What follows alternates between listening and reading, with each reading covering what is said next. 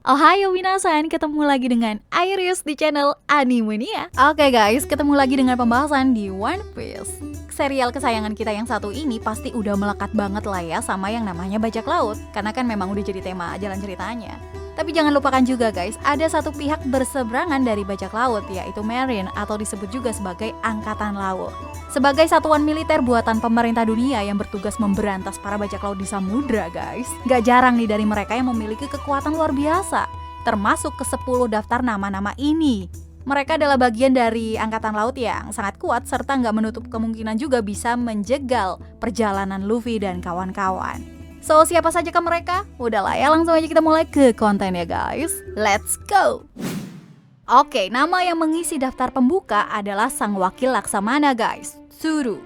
Dia diketahui satu angkatan dengan nama-nama beken di Angkatan Laut serta melegenda, yaitu ada Sengoku serta Garp. Hal tersebut membuat dia diakui serta dihormati sebagai salah satu veteran di pasukan Angkatan Laut.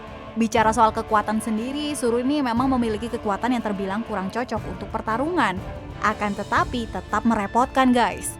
Buah iblis yang dimakannya adalah Woshu Woshu no Mi, di mana Zuru bisa mencuci seseorang layaknya pakaian.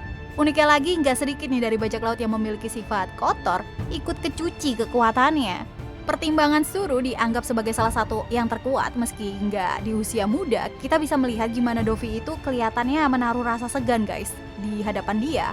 Zuru sendiri juga memperlakukan Doflamingo layaknya seorang anak kecil.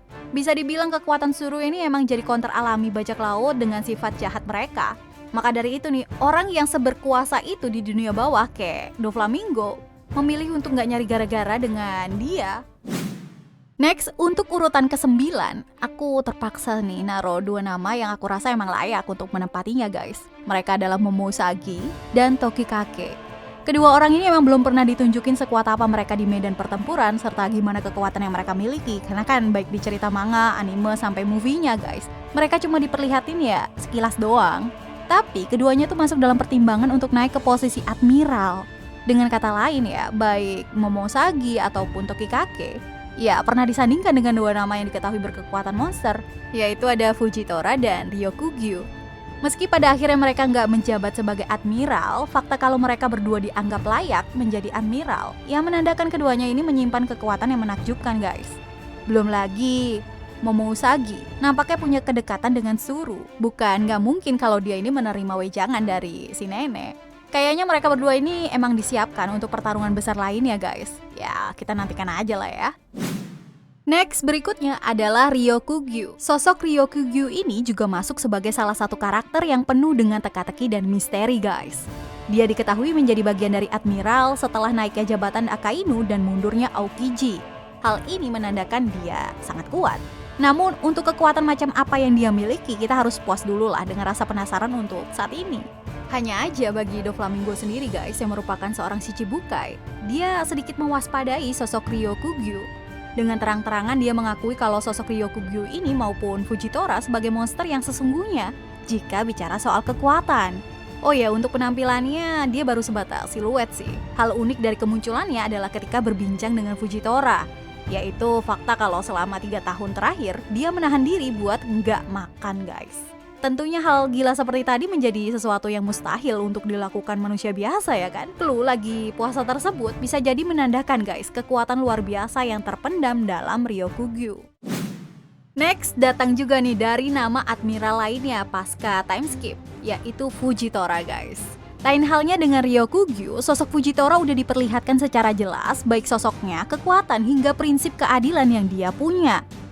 Dressrosa lah yang menjadi panggung sempurna untuk Fujitora. Kekuatan yang dimiliki oleh Fujitora sangat mengerikan guys, lantaran dia ini adalah pemakan buah iblis Zushi Zushi no Mi, buah iblis tipe paramesia yang memungkinkan penggunanya itu bisa memanipulasi gravitasi guys.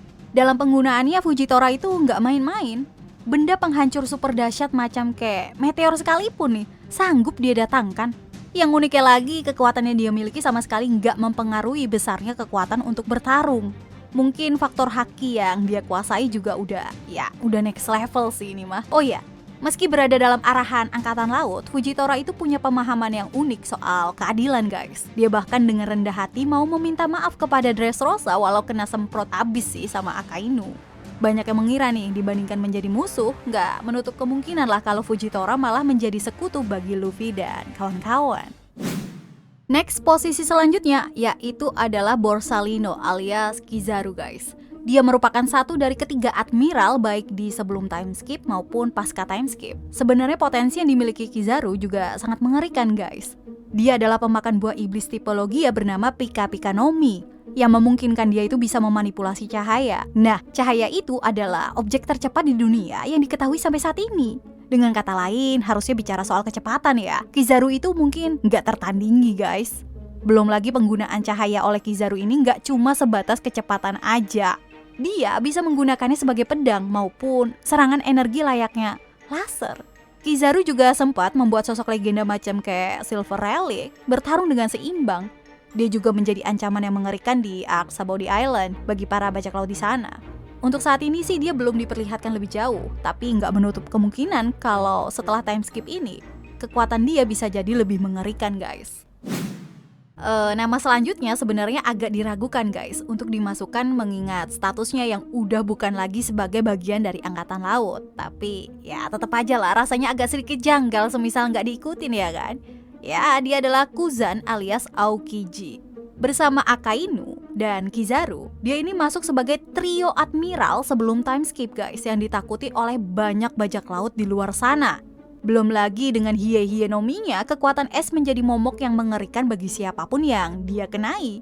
Uniknya lagi, dia ini bisa mengendarai sepeda untuk mengarungi lautan dengan membuat es sebagai lintasan sepedanya. Kekuatan dari es milik Kuzan ini juga sangat dahsyat.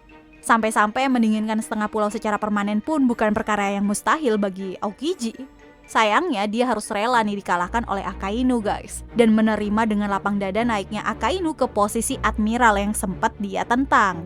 Selepas perebutan kursi admiral tadi, secara mengejutkan Akainu malah bergabung dengan bajak laut Kurohige. Meski demikian, masih banyak yang beranggapan sih kalau mengaitkan nama Aokiji masih jadi bagian dari angkatan laut, di mana ada misi tersembunyi yang dia sedang lakukan guys. Ya, tapi di luar itu semua, Aokiji ini memang pernah menjadi salah satu bagian dari angkatan laut terkuat dan diakui pencapaiannya. Next, berikutnya ada nama Kong, sosok yang bisa dibilang menjabat posisi tertinggi di angkatan laut karena dia saat ini menjabat sebagai komandan militer tertinggi guys dan bekerja langsung di bawah komando dari pemerintah dunia.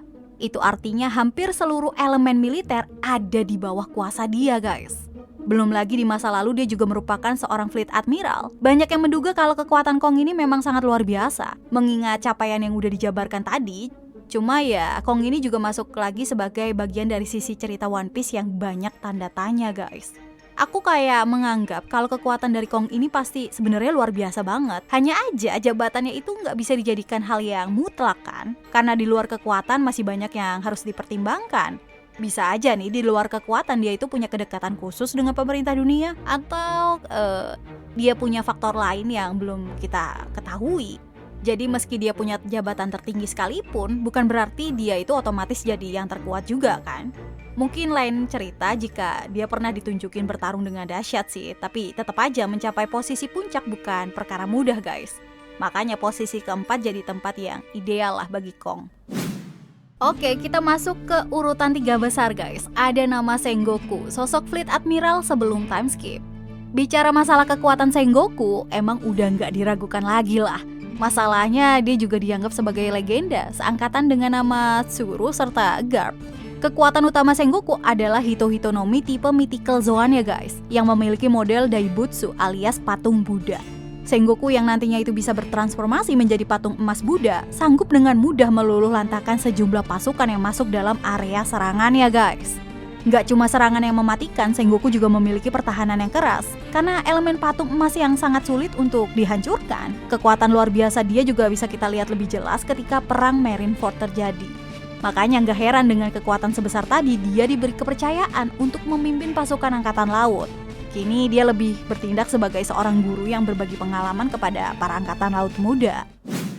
Oke, next di posisi runner up ada nama Akainu alias Sakazuki. Sosok yang bisa dibilang menjadi salah satu antagonis utama di sepanjang cerita One Piece guys. Gimana enggak dia menjadi sosok di balik penyebab kematian Ace di perang Marineford.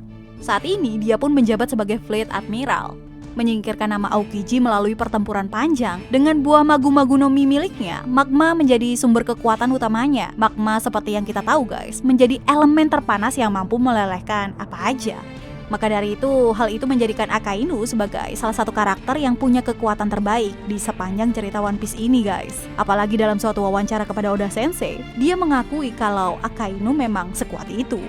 Jika dimisalkan nih kalau Akainu adalah protagonis utama di cerita One Piece, katanya dalam kurun waktu 1 tahun aja One Piece bakalan kelar coy. Ya buah iblis dia tuh emang masuk kategori next level banget sih. Kurohige aja lebih memilih menghindar daripada berurusan dengan dia guys. Dan anggota angkatan laut terkuat jatuh kepada nama Monkey D. Garp guys. Aku pribadi sebenarnya agak bingung mau milih antara Akainu atau Garp nih yang terkuat. Tapi mengingat betapa melegendanya sang pahlawan yang satu ini guys, rasanya nggak berlebihan lah menjadikan Garp sebagai yang terbaik. Ya, di masa kejayaannya, kekuatan Garp ini bisa dibilang setara dengan Raja Bajak Laut Gold D. Roger guys. Belum lagi keduanya memang rival di masa lalu yang juga pernah bersekutu demi menjatuhkan Rock di Sebek. Kekuatan mematikan dari Garp adalah tinjunya yang kelihatan sanggup menghancurkan apa aja. Kalian ingat dengan bajak laut Don Chinjau yang punya bounty di kisaran 500 juta berry di masa lalu guys. Dengan satu pukulan aja bisa kelar sama Garp. Meski kini udah berusia tua, aku pribadi masih yakin lah kalau kekuatan Garp ini masih cukup luar biasa. Apalagi fakta kalau dirinya bukan pemakan buah iblis, membuat kekuatan bogemnya itu emang udah di tahap yang bisa mematikan lawan. Oh ya, hingga detik ini Garp itu masih berstatus sebagai wakil admiral guys. Harusnya dia itu bisa naik jabatan lebih tinggi, namun dia dengan tegas menolak semua tawaran tersebut. Oke, mungkin itu dia tadi deretan marine terkuat guys. Adakah yang jadi favorit kalian? Atau kalian mau nambah daftar nama lainnya? Ya silahkan tulis di kolom komentar. Oke, so see you again next time. Adios, Caramelo, stay safe everyone. Salam Animania.